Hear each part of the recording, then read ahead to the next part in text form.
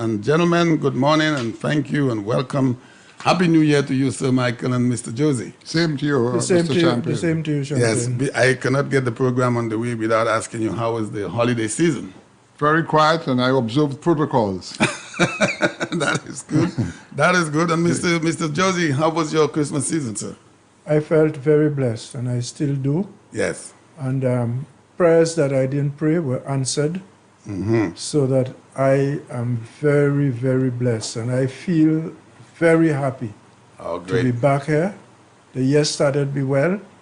I had a second whiskey for the year on Christmas holiday. For the entire 2020? Yeah, I had a Wow. drink. I had a drink at the end of February Yes. last year. Yes. And I decided that one of the things I will mark the COVID year with is to suffer from the lack of alcoholic Okay. beverages. All right.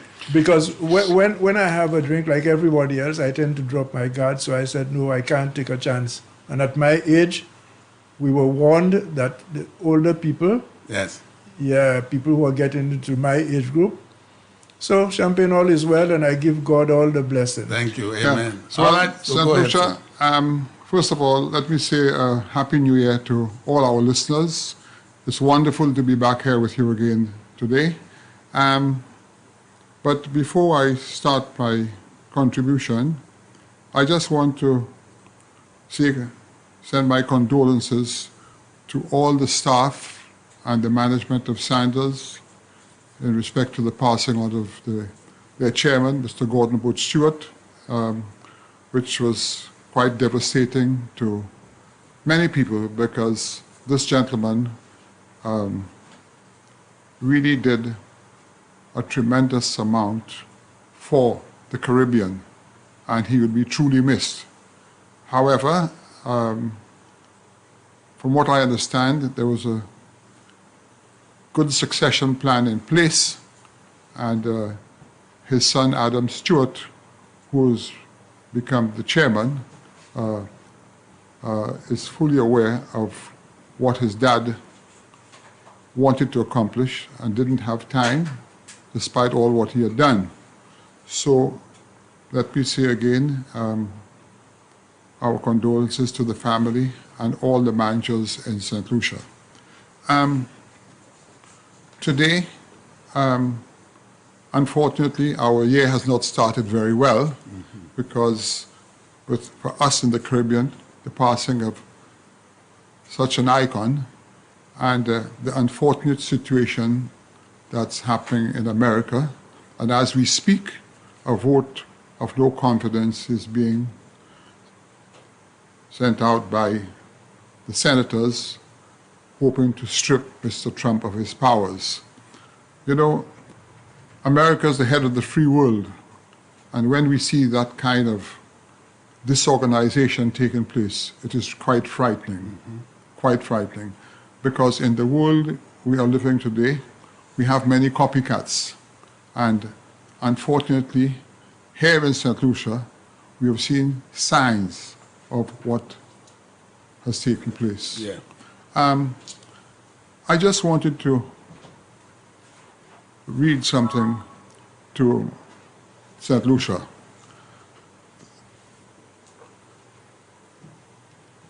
This is a blog that came out.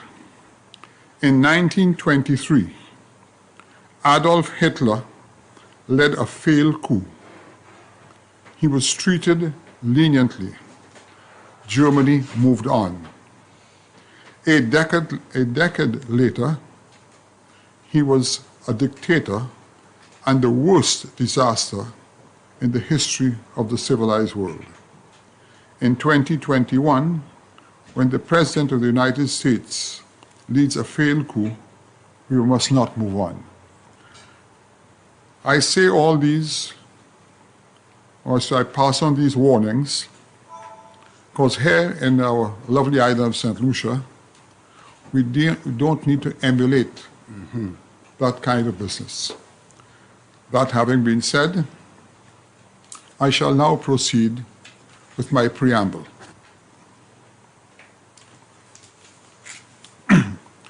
St. Lucia is a tiny nation and like most Caribbean nations, has abided by the rules of democracy. And at no time our region descended to the recent level of the United States, other than the Grenada coup. And we are all aware of the consequences. On the other hand, the SLP has been known to foment that quality of anger on several occasions. The current administration won the 2016 elections fair and square, but the SLP and their supporters, like the Trump group, refused to accept the results to the extent that up to today, the party has not conceded. The current administration and their team have handled the COVID-19 situation remarkably well, despite the backdoor entries and the SLP march, which appears to have precipitated the spread needlessly. We have also witnessed the aggressive behavior of the likes of 3 well-known talk show hosts who have been openly advocating violence. Today, we now have one Jacob who has openly declared a kind of violence not in keeping with our modus operandi. The worrisome aspect is that of another independent senator who has the education to balance right from wrong, always availing himself to cast doubt in the minds of St. Lucians who view him as an intellectual figure. The senator, in reference to the unfortunate events in the US, tried to cleverly make a kind of comparison to the public, but unlike a true independent senator, he abstained himself from the Senate with the purpose of delaying a decision which he had the opportunity to debate in the Senate, a task which he is being paid to perform and contribute to. In our view, that decision was a sign of weakness, not forgetting the same senator was the head of a vision council under the former administration, and besides receiving a fairly respectful salary for 2 years, very little emerged. These are the comparisons which need to be recalled. The current administration has embarked on the largest road program St. Lucia has ever witnessed. Major infrastructural works like delivering a guaranteed supply of water, the desilting of the John Compton Dam, which lay idle for 10 to 12 years, Dennery North and South, and now the Grace Water development to assist the South, the Huronora Airport, St. Jude's Hospital, the Wasco headquarters in the South, the Choiseul Hyatt Hotel, the 350-room honeymoon development presently ongoing, the 250-room hotel and the Hospitality University being constructed at the DSH site, the restoration of the old Dyer Mall, the Pope site development with villas, a boutique hotel and shopping center, the enhancement of the Rodney Bay roadway to accommodate the major expansion at the Pope site, the implementation of a new water main from Monchy to Groselet in addressing the 60% loss of water on that water main, the transfer of all vendors adjacent to the old Dyer Mall to a well-developed park with all the necessary utilities opposite the Bank of Nova Scotia in the Rodney Bay area. I have been frequently questioned by various folks, including Mr. Champagne, on the best way forward in addressing the number of homicides and the ongoing number of criminal activities. Let me say that the homicides over the last 20 years have gradually grown and remain worrisome. In my view, the lack of education, followed by unemployment, contributes to this problem. But the lack of education and discipline remain the contributing factor to the scourge. An individual who is ill-equipped in this day and age remains disadvantaged. When an ill-equipped has to survive in a society where a great percentage are better equipped, it creates a level of bias and despair. Hence the reason why those individuals resort to the peddling of drugs as an avenue to earn a living. Dealing in the drug trade has its regulations, revenue stream, and dangers, as once the revenue of sales are not maintained, serious consequences follow. Addressing the problem is a long-term affair, as the teaching must start from scratch. Qualified persons in this field are not easily available, but they are available at a cost to address these issues. One suggestion lies within the business community, who can get together in a small way, first adopting, say, 30 individuals and arranging for one qualified carpenter, one qualified electrician, and one qualified plumber to provide a basic understanding of this trade. This, within 6 to 9 months, can provide those individuals with a first step towards independence, capable to bringing in a minimum of $150 a day in the preliminary stage.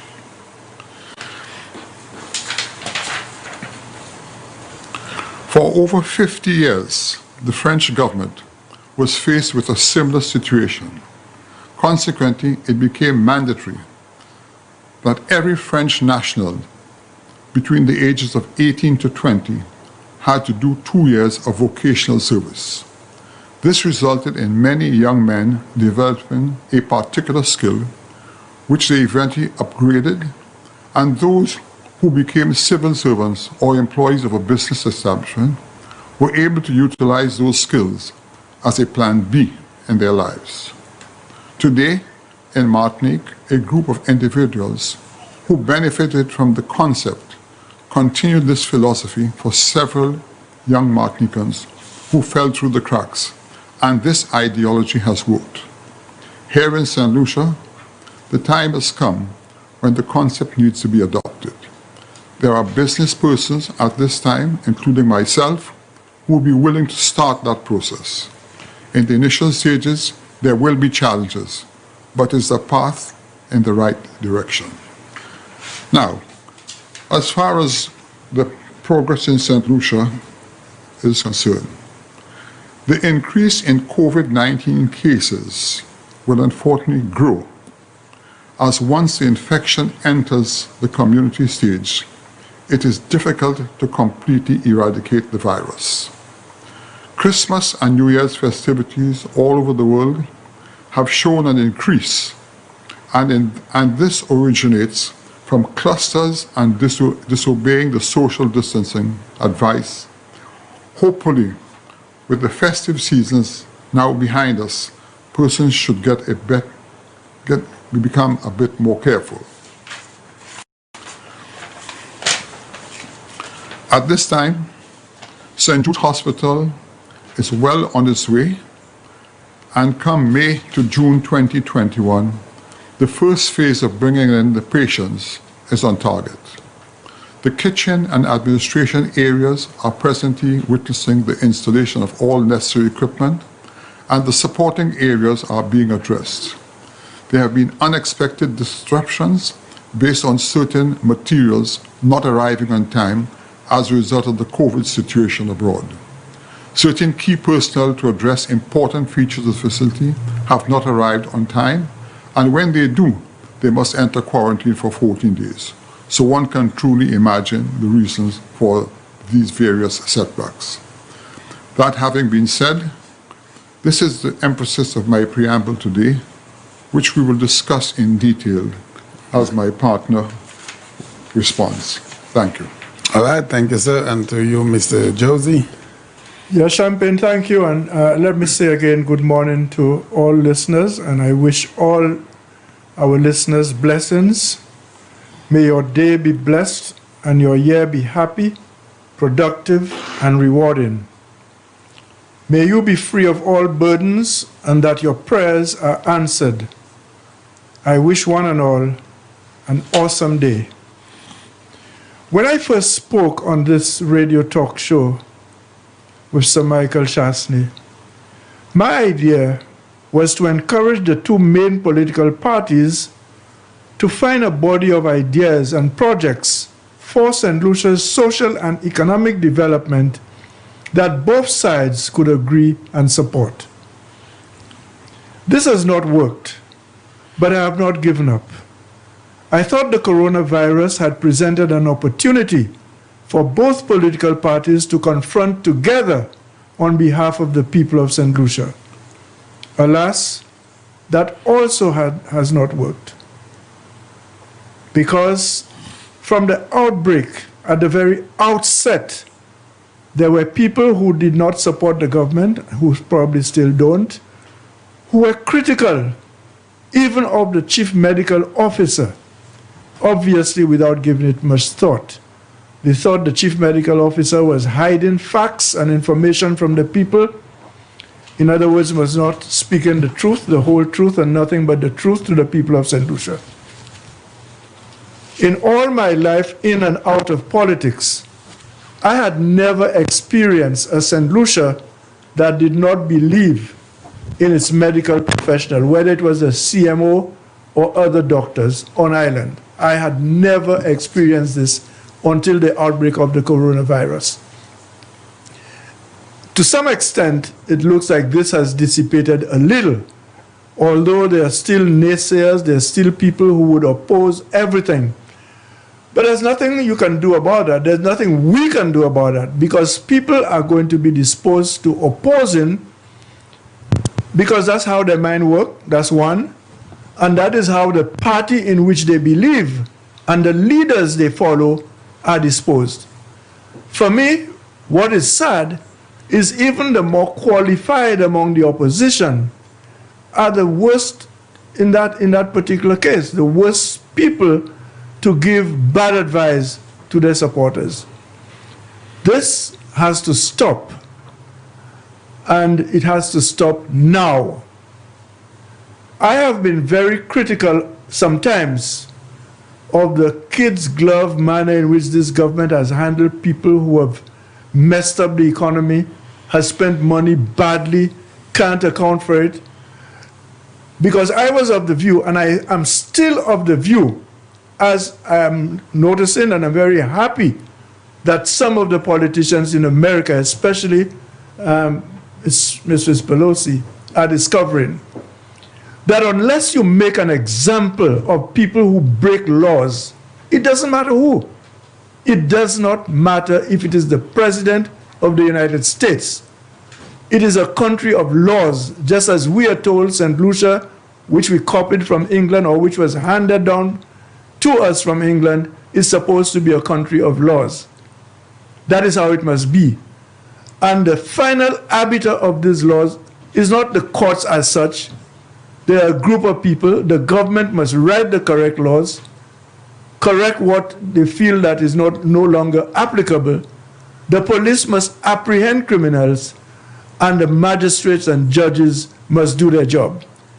I heard when Champagne was speaking earlier, before this program actually started, a caller spoke about smoke from a coal pit. This guy probably has a breathing problem. I have a grandson who was born in America and lived with us in St. Lucia for a couple of years, and I know he has a breathing problem. He's slightly asthmatic. And I know what it is when there is smoke around.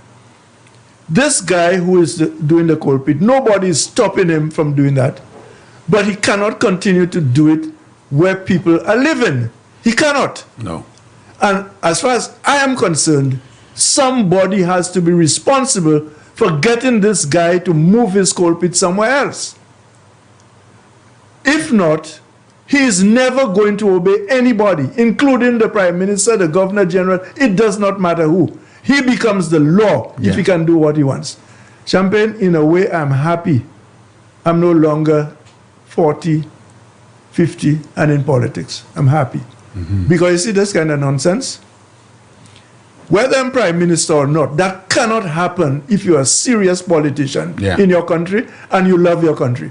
I don't know the individual who is suffering from the smoke inhalation. I don't know what his medical problem is. He might very well be asthmatic. I don't know the guy who is doing the coals. He probably needs the money more than me or anybody else. So we are not saying don't make coals. Continue to make your coals, especially if you're making good coal from Campeche. Yeah. But do not do it where people are disturbed and they have breathing conditions and health conditions. Yeah. Everybody can understand this. Everybody. Labor, Nowerian, Independent, UWP, Flambeau, everybody can understand that. Somebody must stand up and say that that has to stop. Yes. It is same thing like wearing a mask. I heard a fellow tell you, a friend of yours call you when you were discussing, and he said from his little shop where he is, he has seen several people passing without masks. This is nonsense. You cannot in this day and age know how that virus is vicious and how it has killed 5 St. Lucians, I believe it is, right? Yeah. At least 5. 5, yeah. We don't know how many, well, I heard it last night from the CMO, but I don't remember how many now are still hospitalized because of the virus, how many are under quarantine. So it's an ongoing thing. And if you notice, Grosile, the area where I live, is always about first. Why? We know the answer, Champagne. We Yeah. are not children. Oh, yeah. This is the closest point to our brothers and sisters in Martinique. I have seen in the old days, and by old days I mean 30 years ago, where guys from Martinique would come on their pirogue, on their canoes, have a good lime in Grosile on Friday A night, good Friday and night. take off first thing at daybreak on Saturday morning. Yeah. I don't know if it's still happening, but I wouldn't be surprised if there's still a lot of exchange between these two islands, between St. Lucia and Yeah. Martinique. You understand? Under the present system where that virus is spreading so much, the Grosile people and even the Martinicans themselves / St. Lucians who are probably in Martinique living as French people should understand the danger they pose into the whole island. But we as the St. Lucians cannot leave these things to the good judgment of people. We are old enough and smart enough, some of us, to know that when you leave things to the judgment of certain people, it does not work. You have to put your foot down Yes. and do what it's supposed to do, or get out. The law has to step in. Get out of your position because you cannot do your job. Yes. That is my position. Yes. You have to be able to stand firm on the job that you have at hand. Use your judgment. If there's somebody who has a problem, they're sick, they're not well, you can probably give that person a pass, provided that that person is chaperoned to a hospital, a clinic or something. Okay? You can have pity and you can have mercy. But as a rule, you are to do a job, whether you're the police, the nurse, the doctor, or the government. Yeah. Okay? I have said before, and I don't have to repeat it, I am going to support Alan Chastanet more than he himself sometimes, I believe, supports him, Right. his own business. Okay? I have a lot of respect for Stephenson King. I have worked with King. He was briefly a senator when I was appointed a senator by our friend from Miku. Aston? No, the former Minister of Education. What's his name? Louis George. Louis George, yeah. Okay? And I'm very grateful for that year I spent in the Senate because of Louis George. Steve was there. Stephenson King was also there. Spider, I have a lot of time for all of the people who are there. Okay? I think they're doing the best they can. And I trust them in the government more than I trust anybody I can see in that Labour Party. Last night I saw one of the fellas who is a senator, saw him with a suit. All of a sudden, okay, they're beginning to dress up in suit as if they will fool somebody. The suit doesn't make a man. No. The red tie, yellow tie, blue tie don't make you. C'est caractère. Yeah. The character, what people see, how you act, how you behave, not only when you're on the microphone, but outside in the open, in your own home, towards your children, your wife, your spouse, whatever. This is who you are.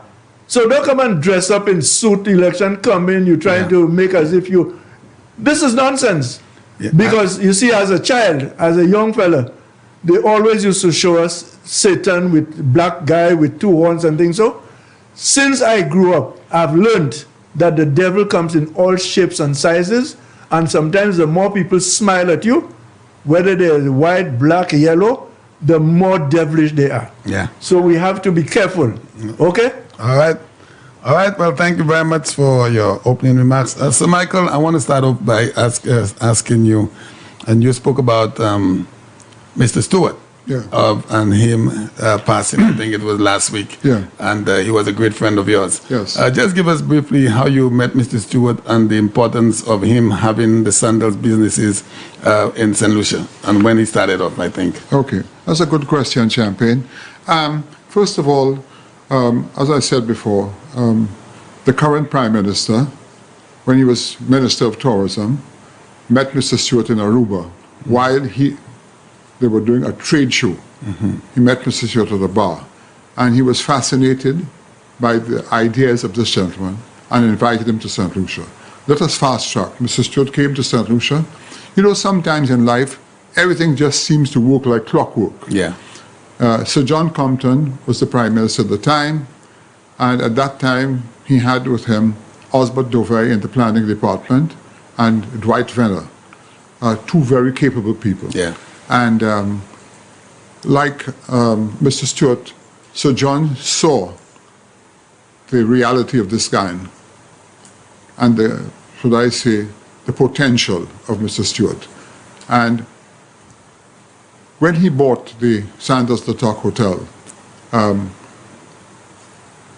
within 90 days after he bought it, he got planning permission to start doing the renovations. We didn't know Mr. Stewart then. Yeah. We know him now. But I remember meeting the gentleman. I took an interest in what he was doing at the Sandals Latok. I could not believe my eyes. When he said he was going to do a facelift, it was almost like a reconstruction. All the small pools which Cunard had there for years, Cunard lost money on that hotel for years. He took it over. He put in those magnificent pools. He changed up all the grounds, all the beautiful flowers and whatever he had done, because he had the experience to do so.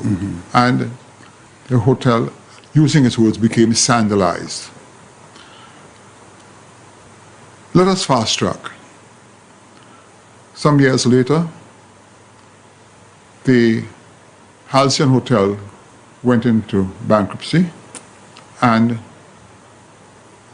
the owners came to me and asked me to buy it. And I said, no, I'm not a hotelier. Yeah. I referred them to Mr. Stewart. He bought the hotel. Again, what I saw there was a total transformation. Yeah. So to focus on Mr. Stewart as a person, this guy, as his son said, was the biggest dreamer in the world. But that dream came with reality, because he followed his dreams, should I say, to the T. And this gentleman, over the years, not only came to St. Lucia, but he went other places. He started off in Jamaica, in the Bahamas, in Turks and Caicos.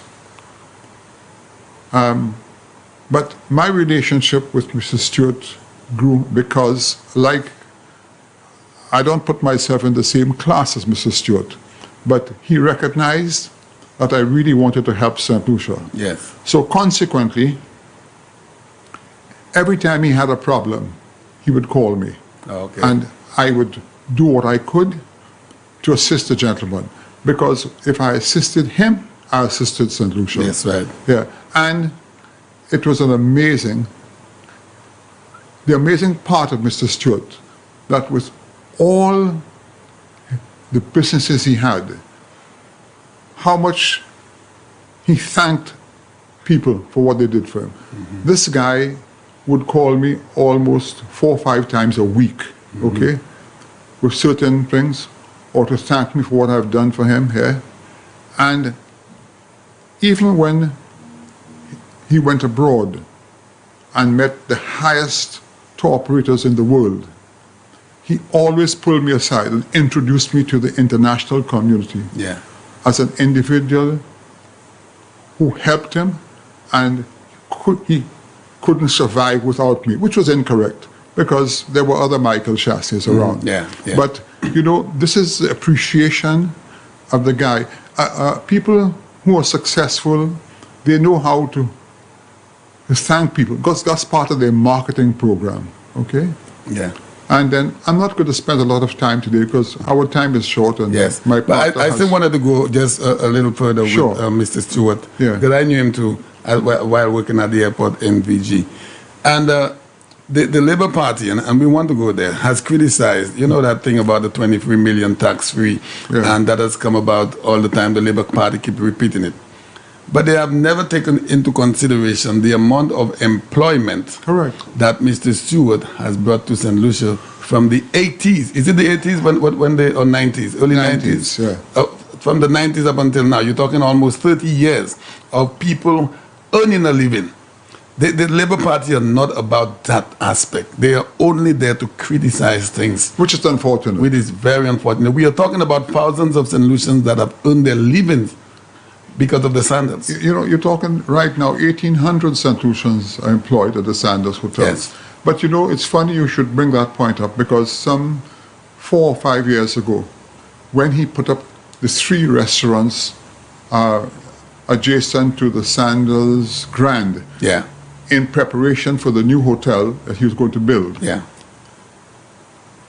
he made a statement, and I have the tape, where in the time that he came to St. Lucia, he has injected $1 billion into St. $1 Lucia. billion? $1 billion. Wow. Yeah, between wages and investments. Wow. You know, it's hard for people to understand, Champagne, what goes on. Yeah. If certain individuals in St. Lucia were not that malicious, St. Lucia would have had today the nicest hotel in the entire Caribbean. I saw the plans of that hotel. $280 million was going to be spent Wow. on that hotel. That's a lot of money. Let me tell you something. It was unbelievable what the man was going to do. Yeah. But you know, Is it all dead now? Or? I don't know, Champagne. Okay. Yeah. Let us put it this way. His son is now the chairman, and what I'm going to tell you now, I only got it secondhand, and that the son indicated that he will fulfill his father's dreams. Wow. Now, but the son is a very smart boy, very smart, well-groomed, with a lot of good people around him. Yeah. And he certainly is not going to build a hotel in St. Lucia if the antagonism persists. continues. Now, you made a comment about the $24 million. Yeah. I want to highlight to St. Lucia because I know a little bit about it. Right. Okay? That $24 million was not a debt at all. That was some civil servant who came up with the idea that a withholding tax should be implemented. Mm-hmm. And when the gentleman explained to them that they didn't stand a chance of getting that money, that started under Dr. Anthony. Okay. And Dr. Anthony, as a lawyer, didn't touch it. He didn't touch it. He just left it alone and allowed it to fester. What he should have done is to address it. Yeah. One way or the other. Either say no, yes, or whatever. Mm-hmm. When the current administration came in, and the hotel was the new hotels we started, one of the conditions, Mr. Stewart said, look, I'm here to invest my money. This is a nonsense, okay? I need a decision.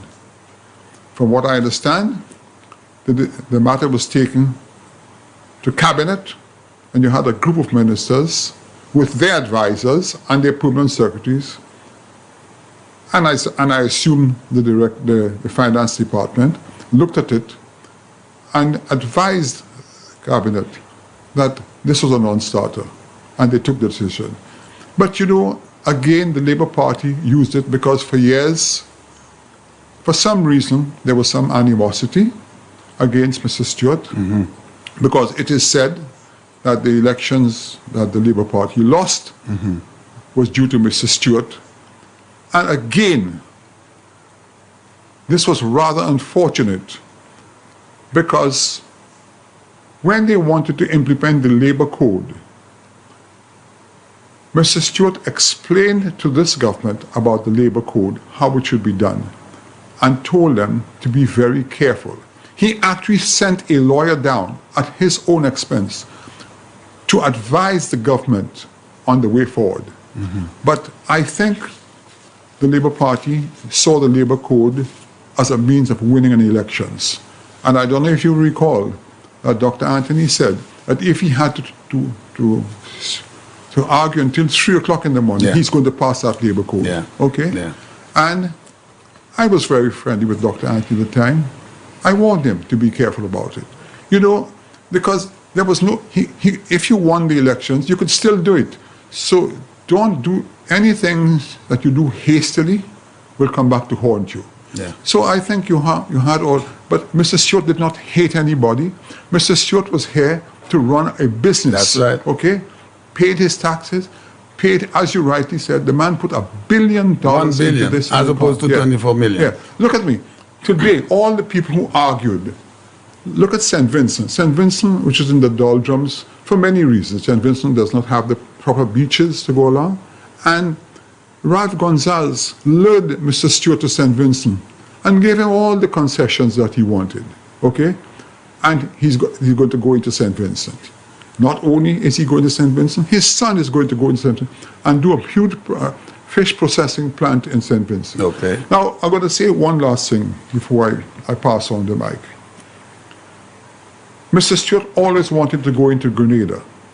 And one day, a friend of mine had shares in a business, and the company went under, and he called me. Again, I called Mr. Stewart. And we went, he asked me whether I would come to Grenada with him. I went to Grenada with him to meet the government of Grenada. He asked me, could I choose I chose a lawyer for him.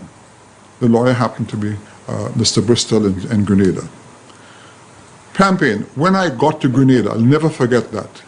There was this huge terminal, completely empty. The customs was asleep on his chair. The immigration was there with his open there. Nothing to do. Yeah, nothing to do. Yeah. I told those guys, I said, let me tell you all something. When we leave here this afternoon, if your government agrees to allow Sanders to come in, it will change. We went in. It took 2.5 hours with negotiations with the Grenada government. And the concessions were granted. Yeah. Within 90 days, that hotel started. In my presence, he told the Prime Minister, I think the man was a gentleman, Mr. Tillman, who was the Prime Minister at the time, he says, in 1 year, I will give you a hotel that you will not believe. They worked 24/7 Champagne for 12 months. I remember about a month before they opened it, I went down, I took some pictures. There were 50 40-foot containers lined up outside with furniture ready to put in. Wow. And I'm telling you, that Grenada hotel, the La Source Grenada, is an amazing hotel. Yes, yes. And tell you what has happened? From hardly any flights, Grenada started to get about 20 flights a week. Oh, yeah. Delta Airlines, Yeah. British Airways started to go in. And the other hotels down there actually supported Mr. Stewart because they realized what he's going to Because do. of him, yeah. I've always been taught, Champagne, if you take a basin of water and you drop a pebble, you get ripples. Yes. And that's how it works. He came into that basin And it expanded. and created. And today, same thing in Barbados. Barbados was floundering. He had when he bought the Paradise. the Cunard Hotel. Listen, people may not want to know that. When he bought the Latok Hotel, he bought it as a package. He bought St. Lucia and Barbados. He did St. Lucia. Barbados was not ready for him because they didn't want to embrace the all-inclusive concept. They did not want to embrace it. So he left the property there. He said, I'm not going to fight you, and he went away. For almost 20 years, that property stayed there. Wow. Finally, he sold it. When the other hotel, which he just moved into, came in, why did it come in?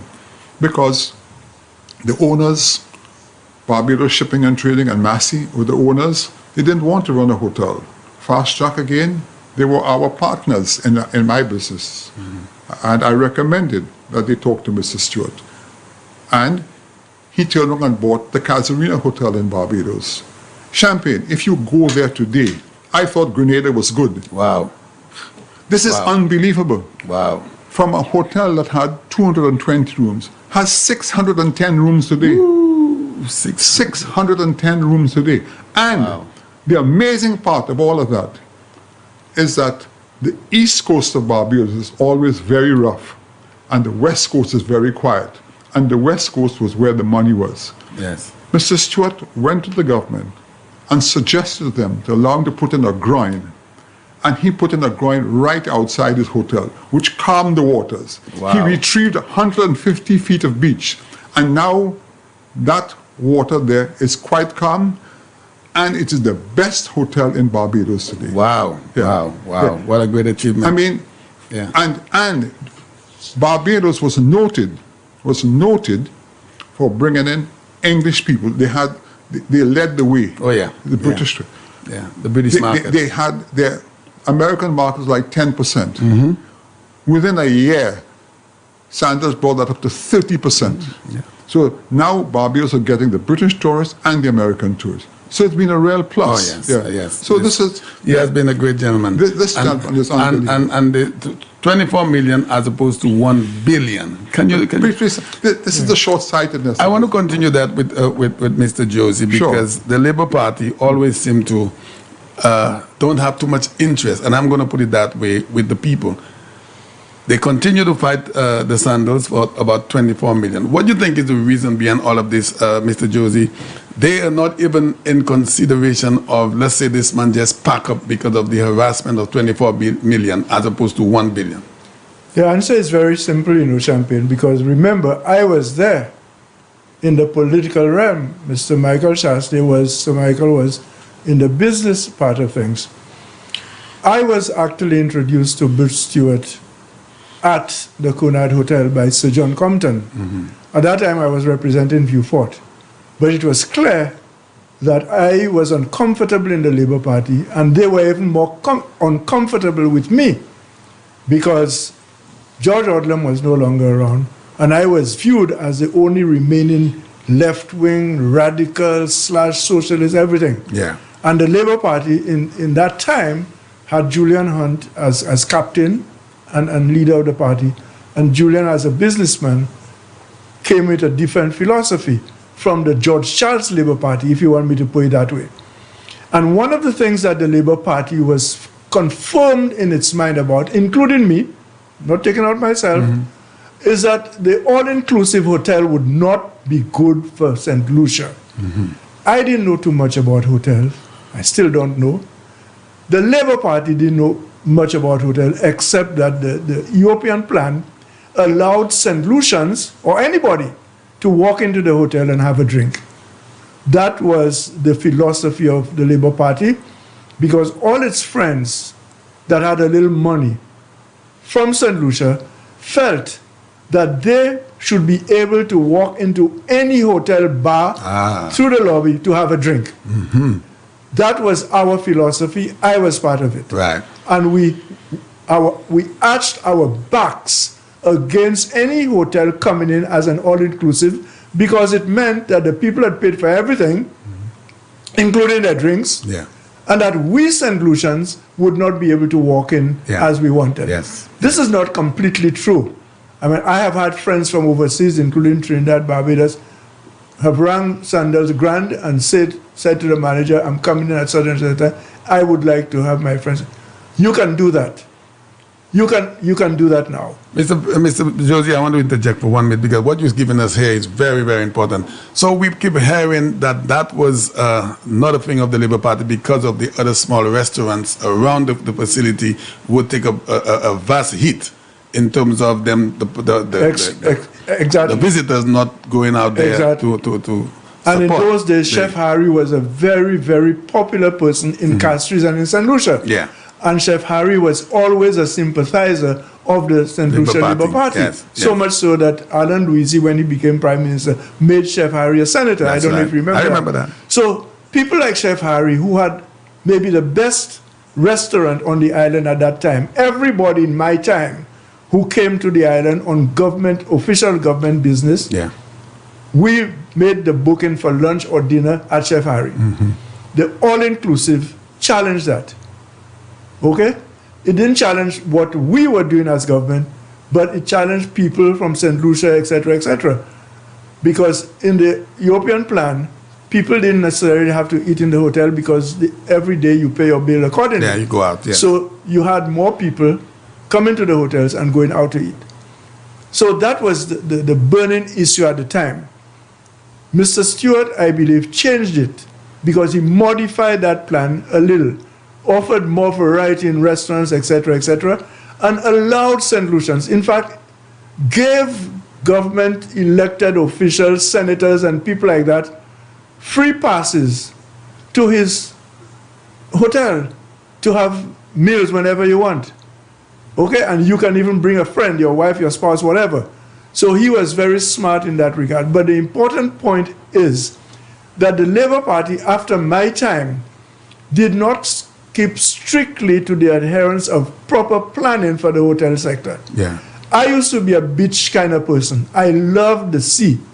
As a little boy in Beaufort, growing up, I had to go and jump at the end of the jetty every morning to have a sea bath and then go and wash. But Peter, you know, you mentioned something there which I'd just like to inject for a moment. When the all-inclusives came in, what they didn't take into account, Champion, that if the hotel had a restaurant and doing better than a restaurant outside, they still employed the same cooks. The staff in St. Lucia still got employment. That's okay? But more importantly, think about it. Maybe you were too young. I don't know if Peter can remember. Check back for the last 50 years. Hotels did not make any money. The reason for that was that they only operated in the season, in the winter That is season. true. And they closed after. That is they true. would close the hotels. Yeah, that's the point I was going to Yeah, make. that's right. And you know, this Shandals runs year round at 90%. Okay? Right. So which means that the people are working all They're the time. always employed. That's right. And They're that is the always difference. employed. And it was a very difficult concept to embrace because a lot of people were fighting this thing. But you cannot fight And progress. up to now, it has not been properly embraced by the Labour Party, Yeah, even and- though so many people are employed. That is what I And was you know, asking. and the big That is the joke point I is- was making. Yeah, the big joke is that he continues to buy up the hotels that have failed, Right. right? Yes. Because they're not embracing they are not embracing reality. Yeah. And the other thing, the one last point I wanted to make. The reason, the good thing about the all-inclusive, more young people are traveling today than 35 years ago. Only people with money came to hotels. That's true. What he has now, he has attracted the ordinary man, and the ordinary man's okay, fine. So much for food, so much for hotel. It's going to be $2,000 US. They know they can come out, and they're not going to starve. Yes. A lot of people, when they came out here, because the Caribbean is not a cheap place, because is not. everything is imported. Yes. So the food is expensive. Yes. So what you found happening is that a person would come out here and to spend $2,000, and before they leave, they're spending $3,000. Yes, yes. But the ordinary man doesn't have that money to fall back on. Everything is paid for already. Correct. ahead So of when time. they came out here, anything they spent, they could get by with it, and they still knew they would have a place to rest their head to rest, and, food to eat. and food to eat. Yes, yes, yes. But and what they didn't understand, the labor guys, is that you're buying food all the year round. Let me tell you something, Champagne. When we were in the supermarket business, we were running 10 supermarkets, okay? 10 supermarkets. And sandals. Between sandals and ourselves, we bought almost 50% of what was produced on the island. Wow. Yeah. So this is the reality of the whole Yes. thing. And you know, but what has also happened, Champagne, is that Mr. Stewart created tours because he did it in Jamaica. And he told them what to do. You have so many tour companies, you know that, Oh, in yeah, St. oh, Lucia, yeah, of course. that make a fortune. Of course. The Software Foundation Oh, yes. Oh, yes. is a product of sandals, yeah. okay, that's worth millions today, giving out scholarships as a result of the amount of tours that the country produces. And this is the reality of the whole situation. You know, I'm happy that we spent some time. Some people are not prepared to listen to the reality. That is the other problem, you know. I was about to say something, and I think it's very important, very quickly. Yeah. I don't like to say what I'm going to say is important. If it was not, I wouldn't have said. We talk about a beach. The beach from Grosile to Pigeon Point, okay, was one continuous stretch of beach. I was quite surprised when, under Dr. Anthony, this building came up there. I know it's St. Lucian owned, but guess what? They actually broke into the beach, build a stone structure so that yachts can go right inside. Yes.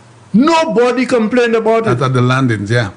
Nobody complained about it at the time. No one. Nobody said you're interfering with our beach. We can't walk from Grosile to Pigeon Point. You're bringing up a very important point there, Mr. Champagne, Josie. I have lived at Bonte for the last 25 years. Very. And as I told you, as a little boy, I used to be in the sea every day. So the beach is my thing.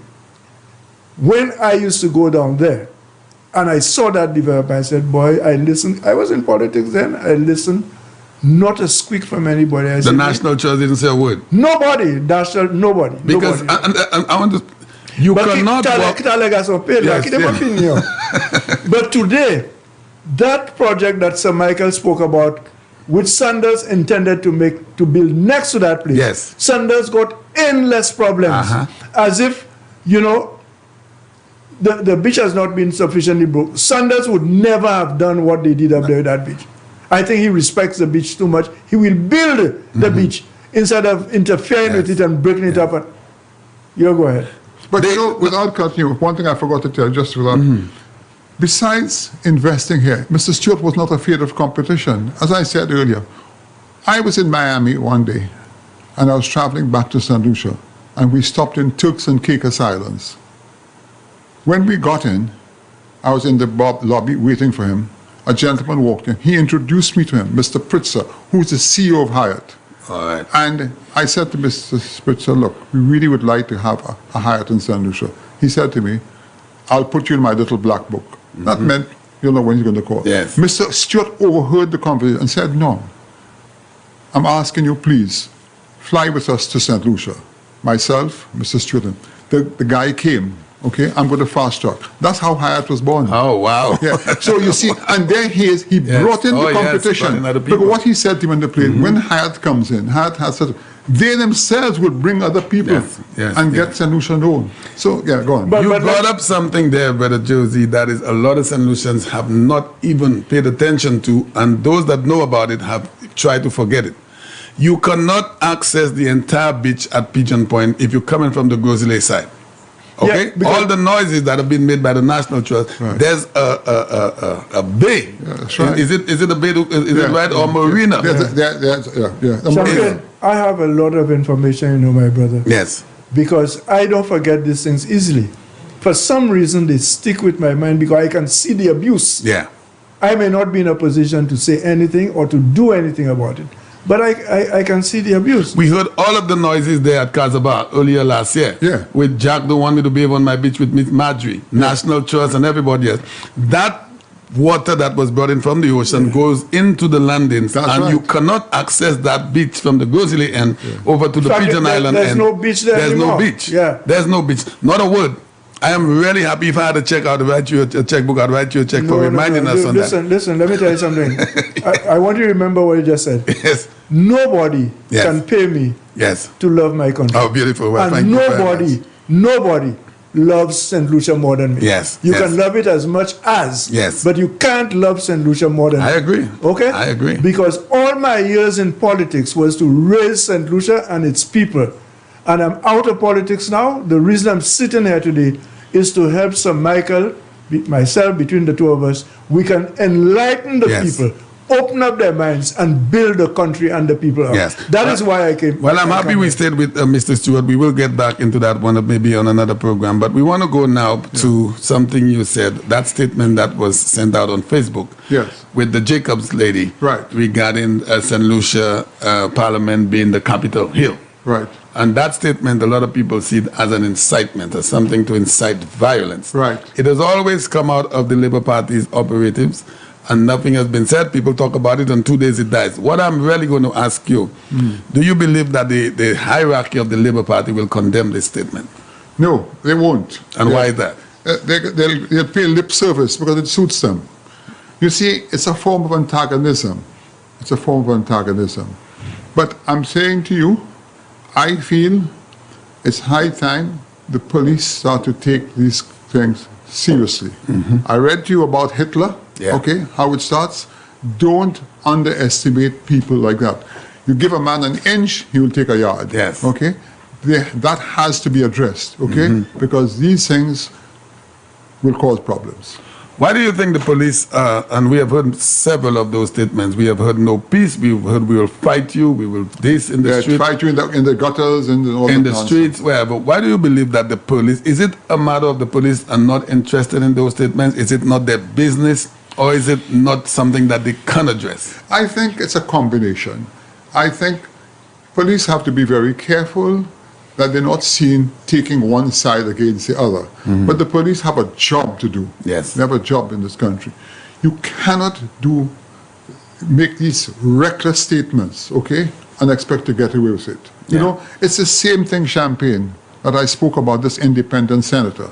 The Prime Minister and his government were passing legislation to address the coronavirus. Instead of them debating it, what do? Go and find a way to block the Senate, okay? But, you know, there are other intelligent people, and matters, it was addressed, and the bill went through. But in that window of opportunity, what did they do? They had the march. Yes, they did. So when you do these things, for every action, there's a reaction, okay? And it has to be, look at them watching a paper right now here, and I want St. Lucian to it.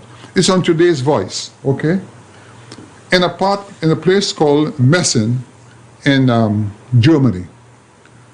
The guy who owns a crematorium, he said this time of the year, normally, he does about 90 Cremations. cremations a day. He's now doing 300. Wow. Right? All because of the virus. The virus. Yeah. This is a serious business. Yes. And I'll tell you something. The government can do anything at once. If our people don't practice the simple protocols, we're going to have problems. I was shocked listening to people, the amount of rum shops in St. Lucia and what is happening. Yesterday alone, I heard somebody talk about it. Said, let me tell you something. These people, I think it was Norbert who was talking about it. They leave their home and they go to a rum shop for 2 to 3 hours. Oh, yeah. Yeah. I mean, the rum is going to be there all the time. Give us a break right now. It will be there after Stop Corona. it. Yeah. Because that is the clusters is what affecting. The CMO is working 24/7, trying her best. She's repeatedly on the air warning you, social distancing, stop the clusters. What is it? Is it going to kill you for 6 or 7 months to do? Look at the England today. They're now going to pass further laws again to stop it. And a lot of people are against what you call the shutdown. But the scientists are telling you that's the only way. Yes. There's no other way. And Sir Mike and Champagne, there's something you asked directly about the police, and I'll tell you something, my view on it. Yeah. Mr. Francis, the minister responsible for the police, is a guy I like, I respect, I knew both his parents. Okay? But guess what, Champagne? He has to let the police know.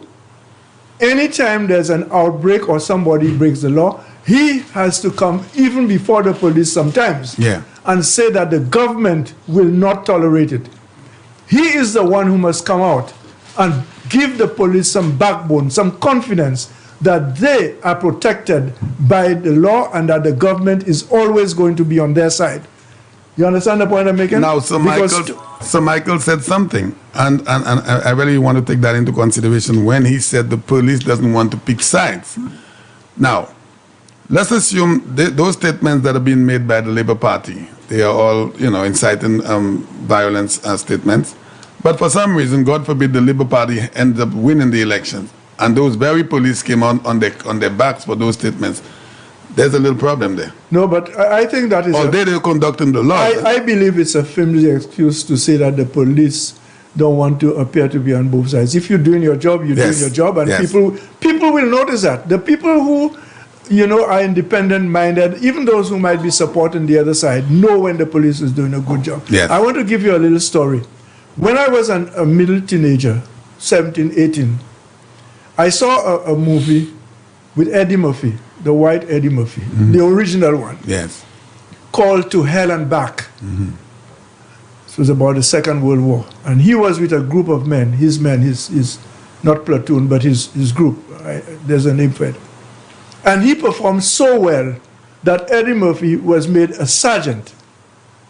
When he was addressing the group, the first thing he said, we have been colleagues, we have been friends, we have worked together. But from now on, that makes me a sergeant, and I have to be respected by you. That's right. I'm Sergeant Murphy to you. The same group. And I'm saying that to tell Mr. Francis, the head of the police, the minister responsible for security, national security. I know, and we know, Sir Michael knows that he used to be a police, did a good job. Some of these guys in the police force probably remember him as a police. But guess what? I, Mr. Francis, I'm no longer a police. Okay? I'm a minister of the government, now responsible for the entire security of the island. Yeah. I will have your back. I want you to have my back, and we will work together. That has to be a declaration that is repeated maybe 3-4 times a week. Even now, it's not too late. Okay? Now, you were a member of the Labour Party for a long time. And I was everything. Right. They have not, everything. They have not changed in their approach when it comes to violence or inciting of violence, or we are actually seeing violence being conducted from the Labour Party in St. Lucia. Why have they not stopped? Because they feel that the people that they are controlling, the barefooted man, the one they like to call the Maliwe, it's like almost like what the President of the United States is doing, and now it's being proven.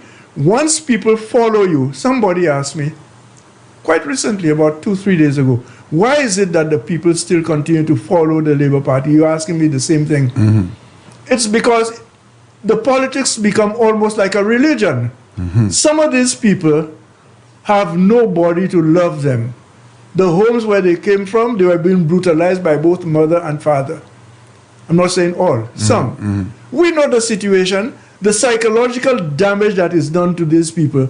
You have to look for something outside. Some people go to religion and find them in God, in Jesus, and that is a good thing. A haven, safe haven. That is the safe haven. Some find it in friends, the young fellas that are always on the block. Yeah. Which young person that is from a good home, even though the father does not live there, but has influence over that young man, and the mother is a strict and upright person, can find themselves on the road always with fellas who don't know who their mother and father is.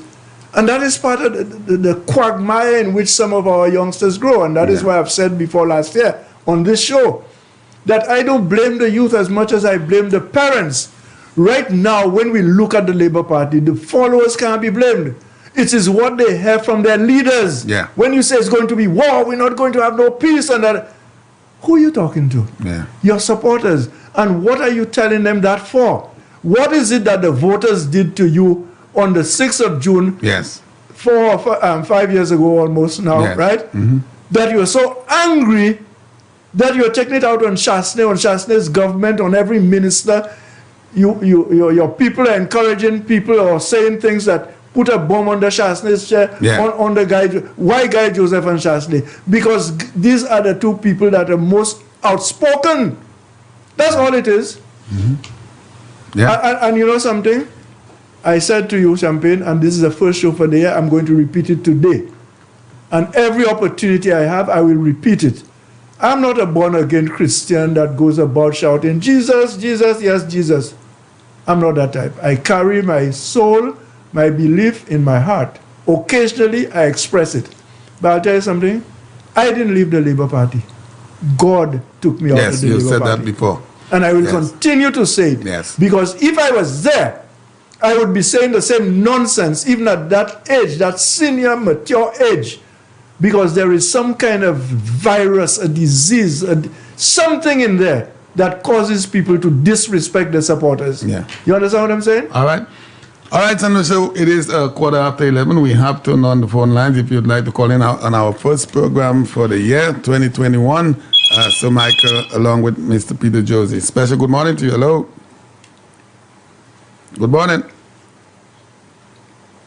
Morning. Yes, sir. Good morning.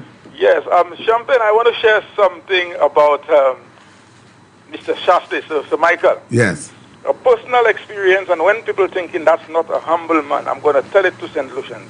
Last week, Tuesday evening, I don't know if you know, he was hosting a program with Winston Spring on the life of Bud Stewart. Yes.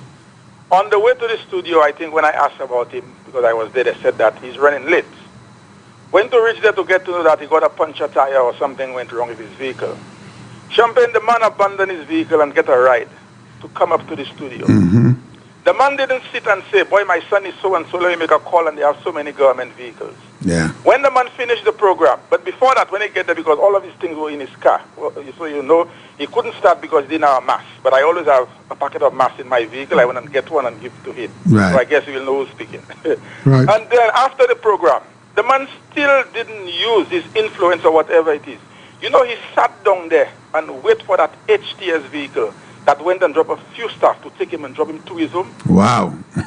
That's the nature of the man. So, you know, when people are going to talk Yes. and say things about a Yes. man like that, oh boy, his son is this, his son is that, he uses his powers, he used that and Yes. influence and whatnot. You know, it was so touched because if I myself was not on air, I was going and drop him out. And he could have called Champagne and I would be up there in a that's what I'm minute. telling you, he didn't do that. Yes, He yes. actually sat down there Yes. with the security and Yes. wait when the driver from HTS came Yes. back from dropping the staff and drop him at his home. That deserves the bell, J, right? No, I'm telling you, That but deserves the bell. I felt so kind of when I see that kind of thing happening. He Yes. sat down there, you know. The man didn't use influence. My son is prime minister. You know what I mean to tell you? Yes. I am Sir Michael. They have so many government vehicles. I could make Exactly. one call and they could go and pick me up here. Yeah. And the man got a ride, you know, a ride on a van. A guy dropped him at the studio. Yes, He yes. didn't even say that he was on his way there. To hell with that. He got off. His vehicle ran into a problem. Let me go back at my home. The man Yeah. made it to the studio. Well, caller, let me say Great something. human Let me being. say something to you that is very religious, but I'm not going to mention Jesus or God. You know why Sir Michael did that? I'm giving you that free of charge. That's a New Year gift from me to you and our listeners. It is because he knows deep in himself that everything is going to be all right. Yes, sir. There's no need to panic, no need to call Prime Minister, no need to call Champagne or anybody else. Yes, sir. Everything is going to turn out all right for better. Yeah, That is why he behaved that way. Okay? Yeah. Because I thought I monitor it from the radio side, and when I thought I said like probably somebody can meet him, and just to see Sir Michael sitting in the lobby there, Yes, you a know, humble and human being. important, and imagine A man who Springer could Head buy the whole station, right? Springer Head was so hot, like how he going to get home, you know? Yeah. And then they make a call, the driver came and dropped Sir Michael. So Michael, Yes. I'm telling it to you, honestly, people going to think different about you, but I actually witnessed it myself, and I could share it with St. Lucians that are listening right now. Thank Have a you. nice day. That's so That's a nice. nice- Thank you All very right, much. Jay. That's the humble. That's a nice call, caller. That's a nice call. For the first call for the year, very Yes. nice. I'll remember that. That's call. the humbleness of the man. All right, Sandusha, so you could call us here at 456-0931 if you'd like to pose a question. Special good morning to you. Hello. Good morning, gentlemen, Good morning. Good sir. morning. Good morning. and a happy new year to Happy New Year to you, sir. Thank you, and the same Thank to you. Champagne. You remember some time ago, I told you that there is no correlation between the level of someone's educational attainment and the political comments that he or she makes. Mm-hmm. Right? Yes, you did. Okay. I refer today to an article that was written by Mr. Earl Busky. This article appeared in the Voice of St. Lucia on the 9th of January 2021. The article was entitled, "Forget Trump, we've been there and done that even better. I don't know whether you saw that article. I did not. In this article, Mr. Bousquet tried to establish a parallel between the disgraceful act of lawlessness that took place in Washington and political activities in St. Lucia. And he cited 4 examples. And here are the examples that Mr. Bousquet cites in order to draw that parallel. First, he said, and I can even quote for you, in 1964, the parties opposed to the Labour Party, CPP and NLN, despite its long record of successive victories in all general elections, called since voting rights were introduced in 1951, refused to accept that they had lost yet again. So they formed a post-election alliance that created the UWP and stole the government. After, and big, bold capital letters, after Labour had again won the most seats. Now, Mr. Bousquet is supposed to be a veteran journalist, a respected journalist. And all of this is wrong, Champagne. Firstly, there was no post-election alliance in 1964. Okay. The UWP was formed something like 4 months before the general election. Before. And I can say before in bold letters. The PPP joined Sir John Compton's NLM and they formed the UWP before the 1964 election. And they won the election. Okay. The PPP at the time was led by George Mallet and Henry Giraudy. They were the 2 main leaders. Right? Before. So for a veteran journalist and a respected journalist like Mr. Bousquet to write in a paper that the 2 parties formed an alliance after the election because they didn't want to accept the result of the election is pure. I mean, So I this have is to be respectful to the gentleman, Yeah. but I must say that he lied. So this is misinformation. But let me say something, caller, quickly to you. I am sure you are correct. I wouldn't say that Mr. Bousquet lied. I know he was in an accident last year. I know he is not as young as he used to be. So I would prefer to say that, I call him Earl because I know him well and I even consider him a friend. I would prefer to say that his memory is beginning to fail him. Okay? Because what you said is correct and what Earl wrote is incorrect. Well, his memory must be failing him in a very, very, very unfortunate way. And Because maybe he's losing it rapidly, caller, Yeah, because that goes at because he different again rates. said that there was an election in 1983 after the debacle that took place. Yeah. Right. But there was no election It was in 82. That's right. 1983. It was in 82. You see, caller, our memories are still good. That's what I make an excuse for Earl. I think Earl's memory, played games with him. But caller, the columnist or the newspaper, don't they go over those articles before it is printed? Provided they know better. Provided they know better. Well, there should be some editing. Yeah. Yeah, but if you maybe don't have the knowledge, Mr. you can't. Bousquet is such a reputable journalist that they did not bother to edit it. Probably that. Yes. That can happen too. That yes. could happen. That could Yes. happen. Now, if you bear with me a while, Yeah, go ahead, caller. he cites, these are the examples where we have been before. He cites that after the election, the 1987 election, Sir John persuaded somebody to cross the floor in exchange for a cabinet position. These are the examples that this man gives in order to draw a parallel between politics here and what happened in the United States, you know. These are the examples that the man gives. It's illogical. It's illogical. It don't make sense. It doesn't make sense, you know, because these are pure political maneuverings which take place everywhere. Now, caller, if you don't mind me, I am sensing something here. They're trying to make a comparison based on the track record of the SLP. Maybe they're trying to draw a line to show that the UWP has gotten involved in acts of violence. Is that a fair statement? Well, according to him, he wants to cite those things as acts of violence, but I don't see the acts of violence in them. I don't see it myself. You know, the crossing of the floor is purely a political maneuvering.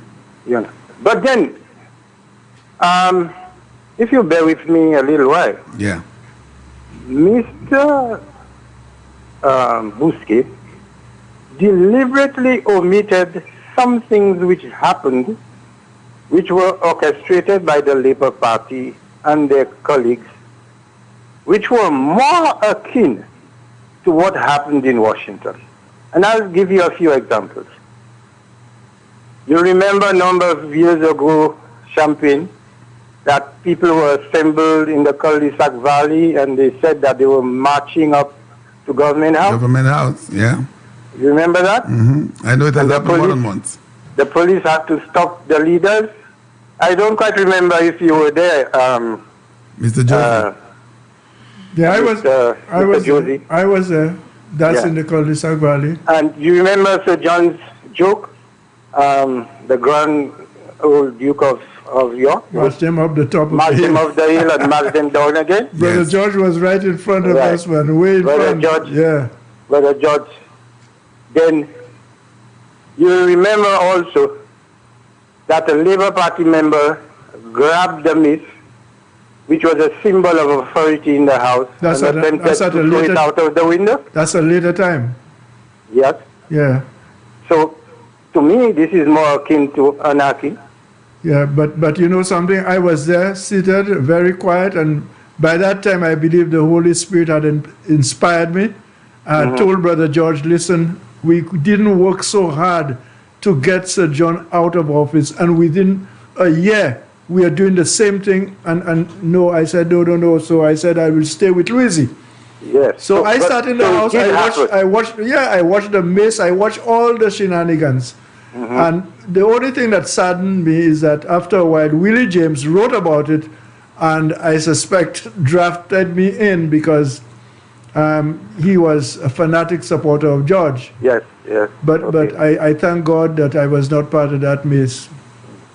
You will also remember a member of Parliament went into the House carrying a firearm and threatened to draw from the hip and make whatever come out of people's mouths. As a matter of fact, I think he was directing that words at me that day too, you know. Okay. Because I called him as a masquerade that George didn't have Peter Josie again.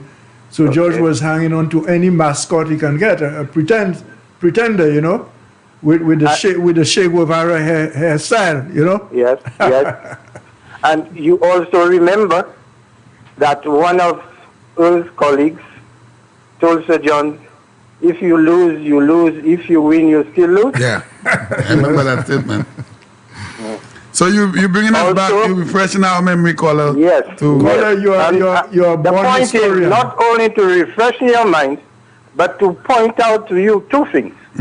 That these are more akin to anarchy, and that for some reason our renowned journalists forgot all of them. Yeah. You remember also that a cache of firearms was found in the north of the island? Yeah. And finally, you remember 1979? Oh, yeah. Where the Labour Party did not even want the opposition to thank the people of St. Lucia who had supported them. Yeah. Plywood City. And the one that I gave Champagne an assignment on, and he never carried it out. I was unable to get... When Bata was broken into and somebody said to a very, very prominent labor guy, why don't you stop the people? And he said, the revolution has just started. I asked Champagne to find out for me who said that, and Champagne will not carry out that assessment. Peter will give me a little bit of help. Thanks a lot. Caller, I believe Champagne knows his brother George, but Champagne is too diplomatic, Special good morning to you. Hello. Morning, Champagne. And to you, sir. Morning, Sir Michael, and good morning, Mr. Josie. Morning, sir. Good morning. In the trend of the discussion this morning and following in the footsteps of your last caller, we have had these very public threats or incitements that were made on social media for the world to see, or at the very least, for a very large cross-section of St. Lucia to see. And I showed the screenshots of those statements last night on my show, on Keeping It Real. But unfortunately, and maybe Mr. Josie or Sir Michael can respond, that even in a half-hearted kind of response to the individual who is known to be well associated with the St. Lucia Labour Party, and the questions that come to mind as to whether this individual is echoing internal sentiments of the St. Lucia Labour Party, or at least factions within the St. Lucia Labour Party, and whether this individual has information or is aware of plans that are afoot to go along the lines of the statement that she made on social media.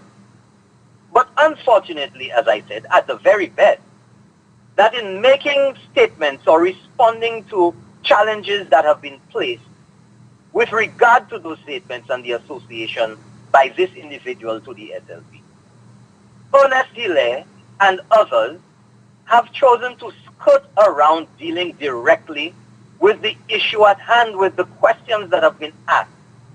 And instead of condemning that action, instead of making a definitive statement that the SLP will not condone, because if you don't, it means that there is some tacit form of approval by your failure to condemn those actions in a democratic and civilized society like St. Lucia.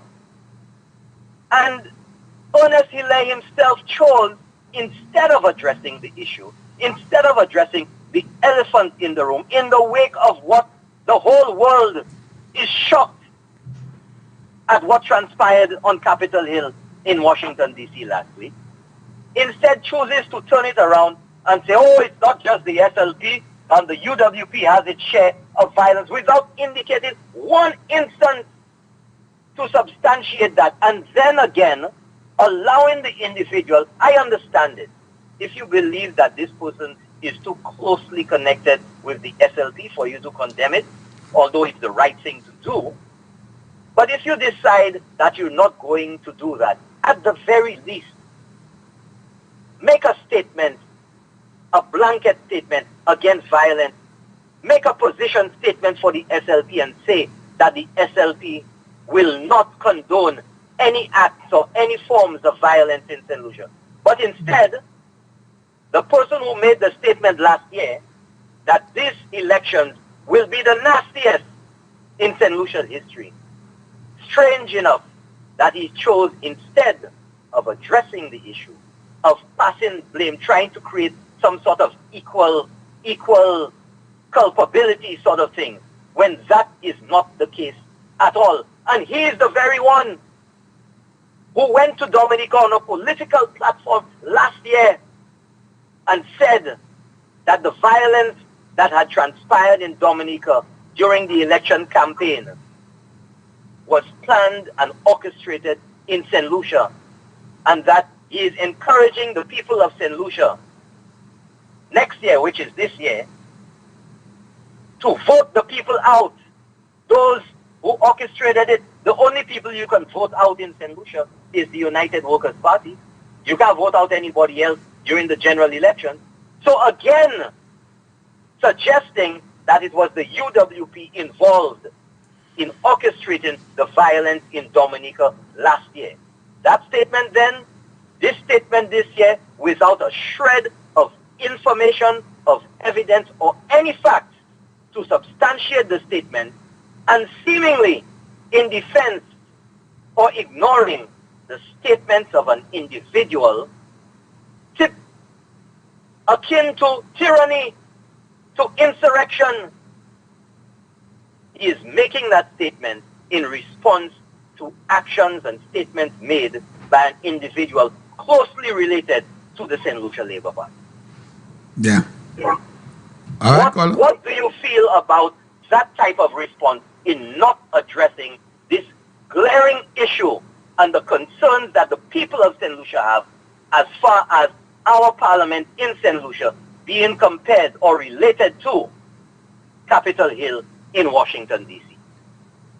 Could I make a comment? Of course.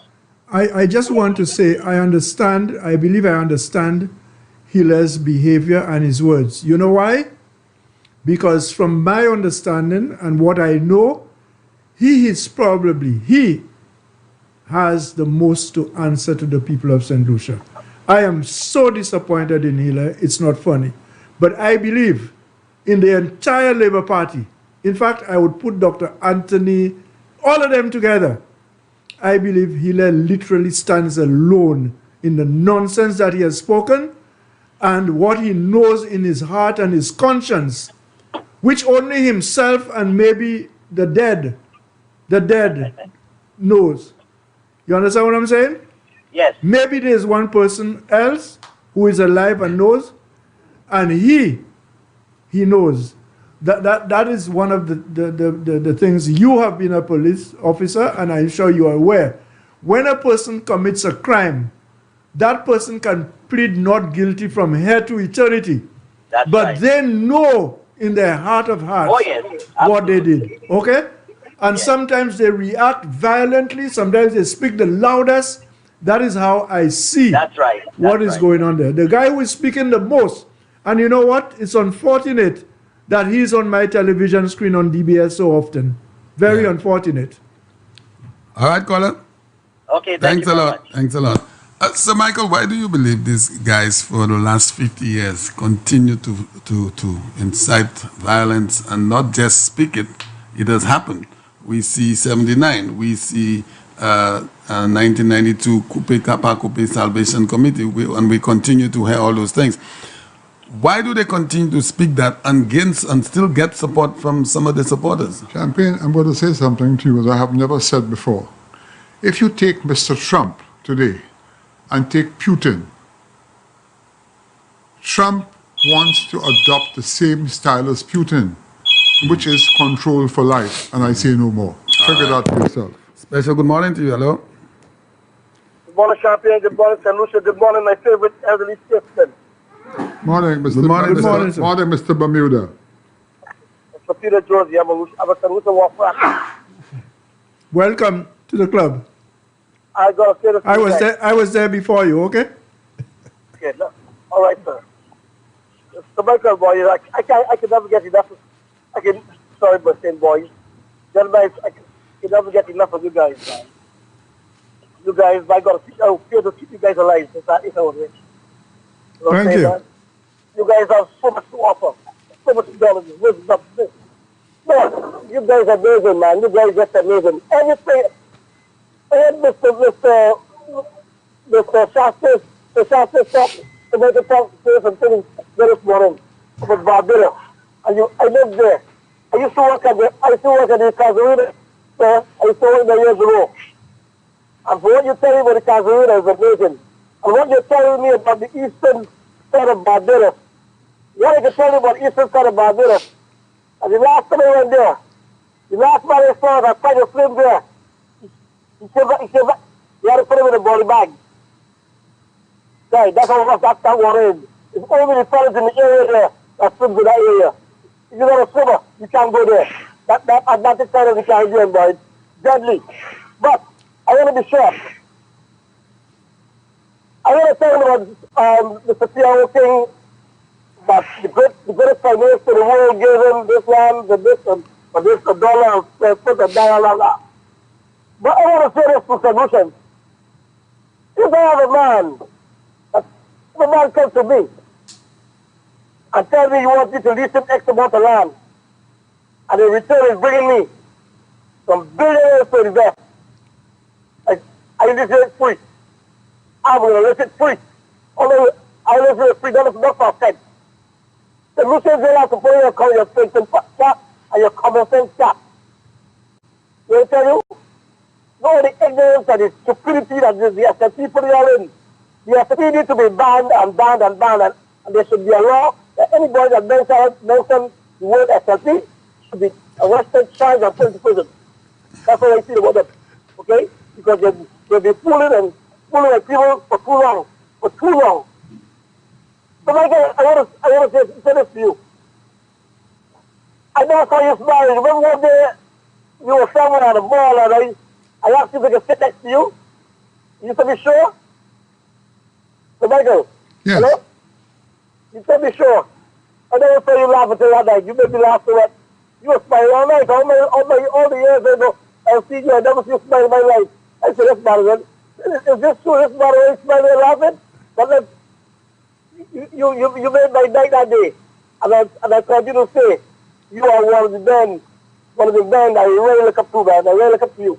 I love you. I love you, gentlemen. Have a nice day, gentlemen. Thanks a lot.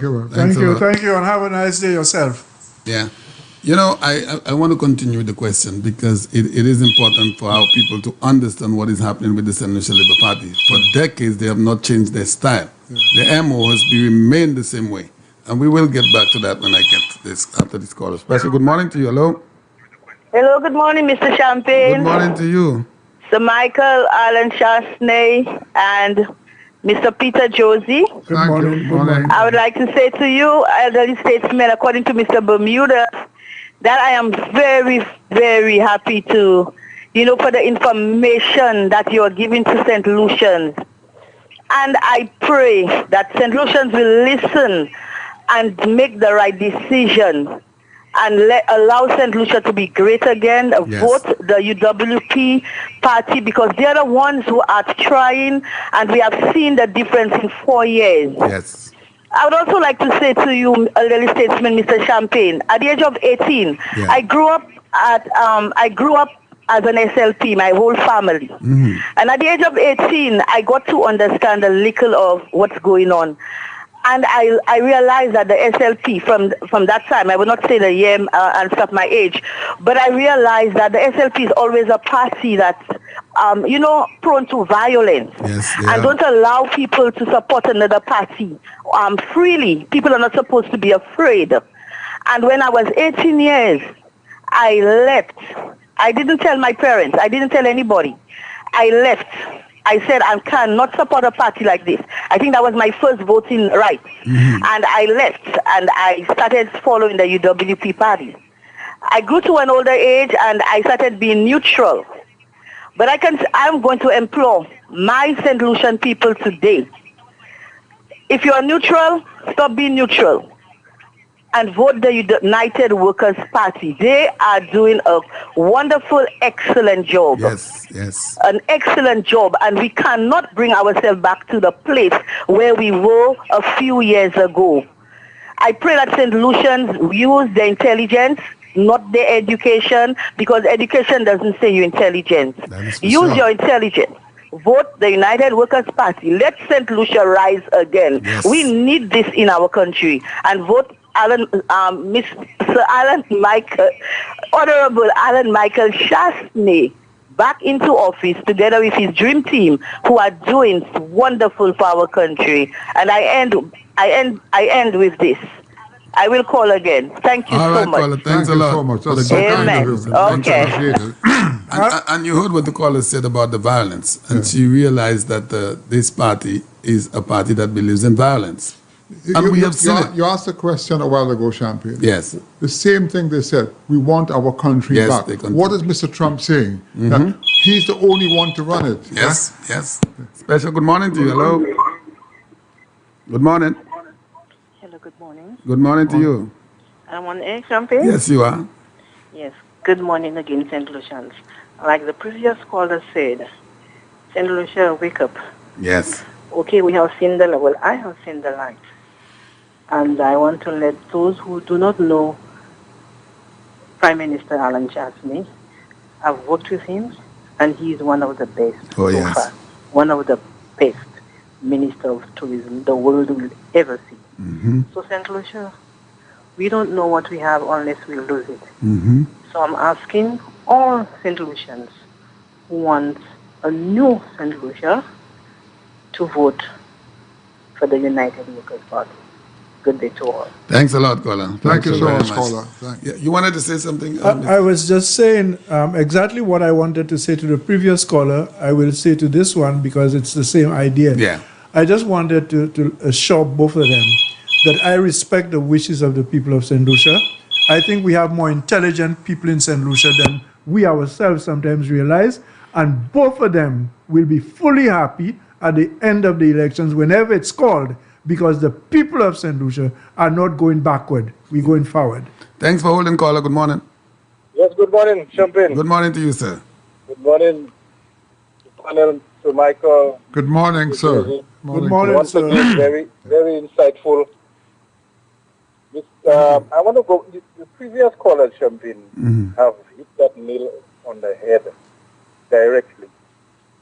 We need to move forward. We are not supposed to go back. Never. Never. You know, because under the Labour Party, there's no development for the people. No people development. Under this government, this United Workers' Party from previous administration under the UWP, this country has progressed, our people has progressed. Now is the time to keep this fellas out and out permanently. Mm-hmm.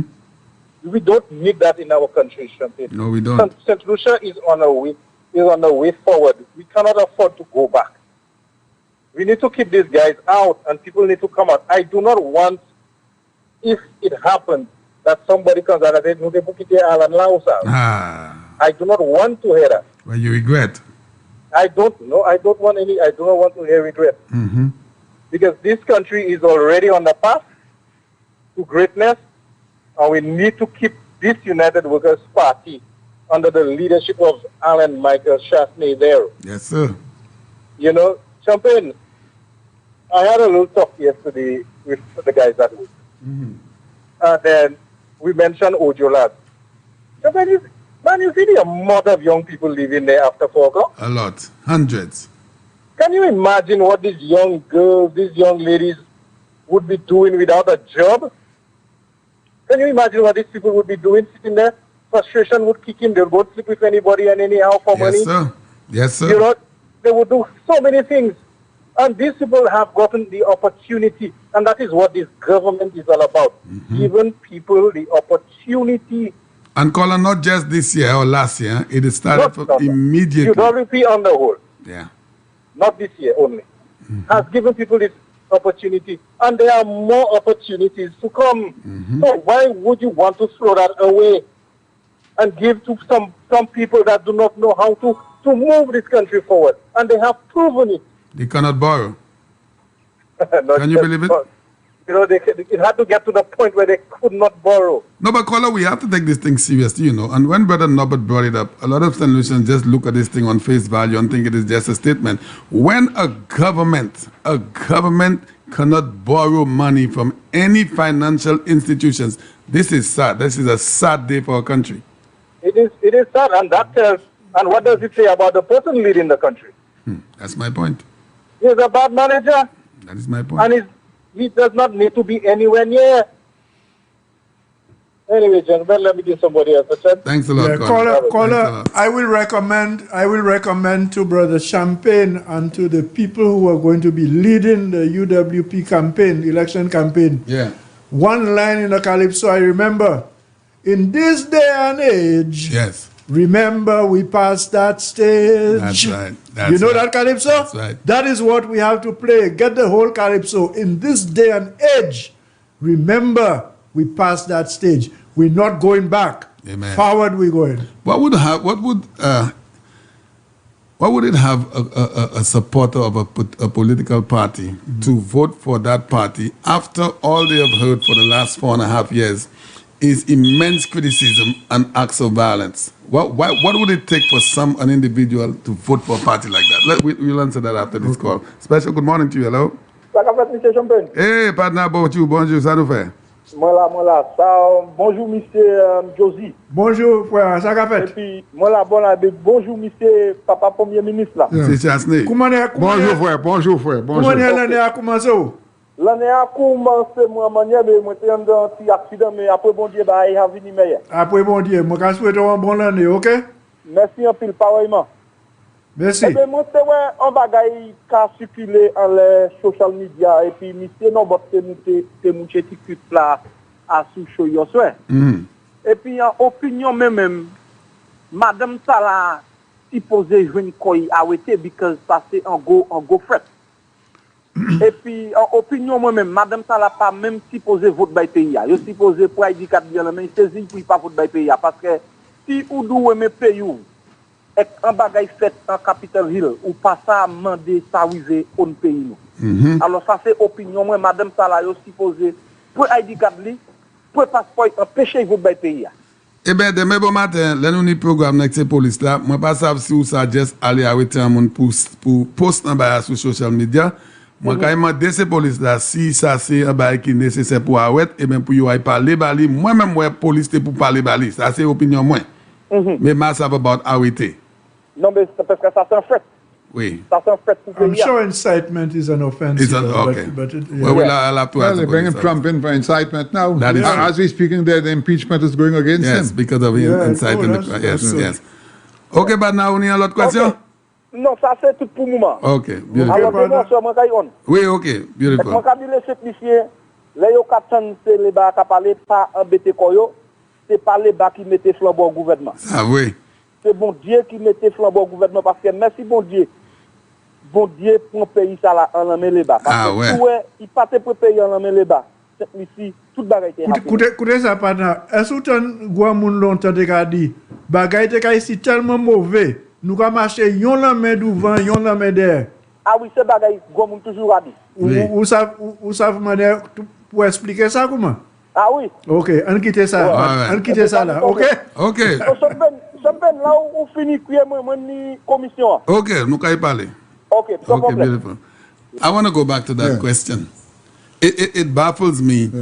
Why would people, and we are supposed to be a Christian nation, a good people, but you have a political party that continues to speak violence and they still have support? Yeah, you saw what happened in 20s. Nothing happens before its time. People will realize, Champion. Yes. Yeah. Thanks for holding, caller. Good morning. Hi, good morning, Champion. Good morning to you, sir. Good morning to Mr. Josie and Mr. Chastanet. Good morning. Good morning, sir. Good morning. I want to take the conversation back to Butch Stewart. Yeah. I know that when you have investors, especially in the hospitality industry worldwide, one of the main problems that the natives seem to have is with conditions of work and so on, and trade unionism. And since his passing, everywhere, every article that I have read, he seemed to have been a very good employer. Mm-hmm.